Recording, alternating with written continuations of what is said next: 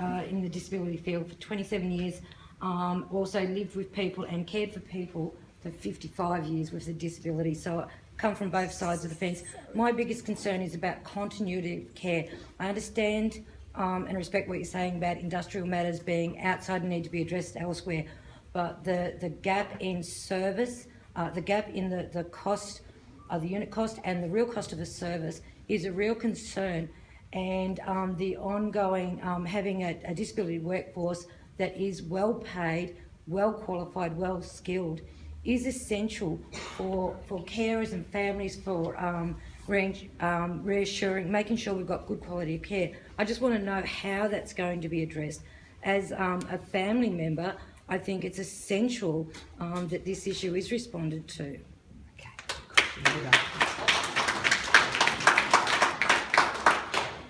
Jenny, you from Sandhurst? I am, and if I can just briefly say, at the beginning of the year, every family member at Sandhurst, you know, they all said they didn't want the services. Sorry, I'm coming back up. You don't really need it, but you sorry. Every family member said that they wanted the services to remain with the government and not go to the NGO. And I believe the reason for that was because they wanted a guarantee that staff that they knew, that they trusted, that the quality of care and support would continue with their family members moving out of the institution into the group homes. And that's exactly right. There's people have confidence in the care that has been provided for so many years, and it built up more than a professional, a caring relationship with the professionals who have delivered that service. What we've got to make sure is that as the system that transfers into the post-NDIA world, where individuals are funded, that they recognise that expertise, and that we don't have a situation where there's a cliff where the entire public sector workforce falls off that cliff when the NDIA rolls into town on crossover dates. That's why we want to sit down, separate from these negotiations, separate from these kind of forums, and work through with the Health Community Services Union, with CPSU, with the other unions involved as to what is needed in place to give effect to make sure that when that new world arrives, this community and lots of other communities, that professional workforce is accommodated and maintained, both its who and its numbers and its terms and conditions of employment. So that's the commitment that we are making, and I'm happy anyone to report it, put it on the web, do all those kind of things, because that's the position that we've written to all the industrial partners in this about, because if that Sandhurst experience told me anything, it's that relationship built up over time is what we need to build on. It doesn't mean it's going to stay the same, because that will be beyond the control of governments. It will be a direct relationship between the person with disability, their carers and providers, and the services that they are choosing. But we want to make sure that the public sector workforce, which makes up about half the total workforce in Victoria at the moment, is in a position to continue on with that professionalisation from the highest possible standards. Okay, thank you. Thank you. I hope that... It seems to me that there's a number of issues here. Number one, that the unit pricing seems to be set on the low side, which is going to basically make it difficult to attract some of those skilled people, but also whether the Disability Reform Council or any other body is looking at the issue of professional registration for disability support workers.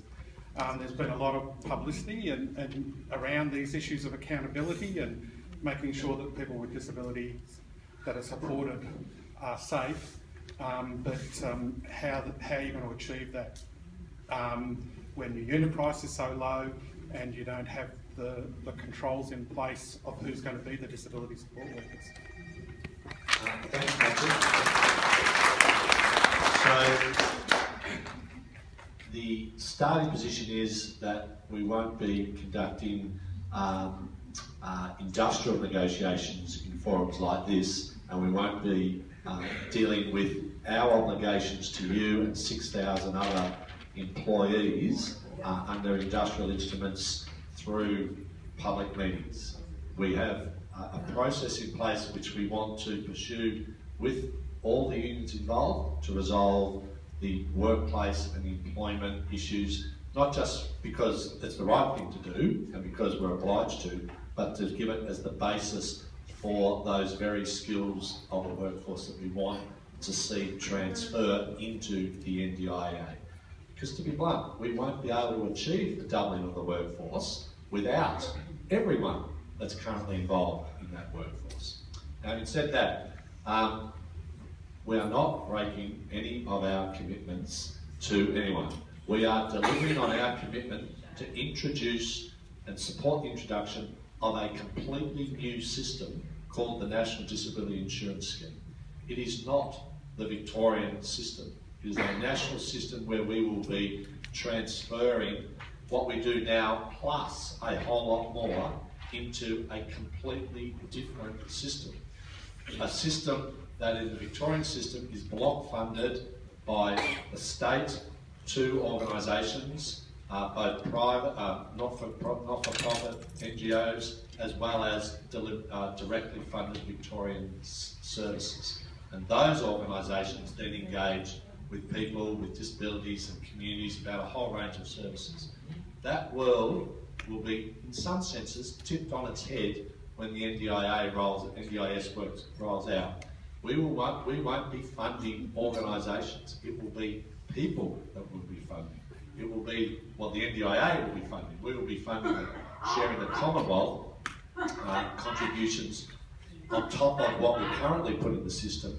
So in terms of the suggestion that we're doing anything other than what we said we would do, I refute that. Now, having said that, you've then hit on the key issues: the price, the quality, and the rollout processes that make sure that those promises of a high quality, high valued system are put in place. That's why we've got in place the task force that we've built over the last few weeks to get that system rolling out. Now, I would have loved for all of that to have started in 2013 so that we got to the rollout with all of those issues resolved. They're not resolved. They need to be resolved. The only way they can be resolved, even if it takes a little more time, is to make sure that the rollout happens, that the promise that we've made to thousands of people with disabilities starts to be delivered on, whilst we line up all of those difficult issues and work through them in a respectful, methodical way that delivers on our industrial and legal obligations to you and thousands of other people, but more importantly, delivers on our promise to the 105,000 Victorians who are expecting a better deal. And I'm sure from that common ground that if we all put our shoulder to the wheel, that that's a goal we will achieve. Okay, he seems relatively happy. I've got a question from Bob.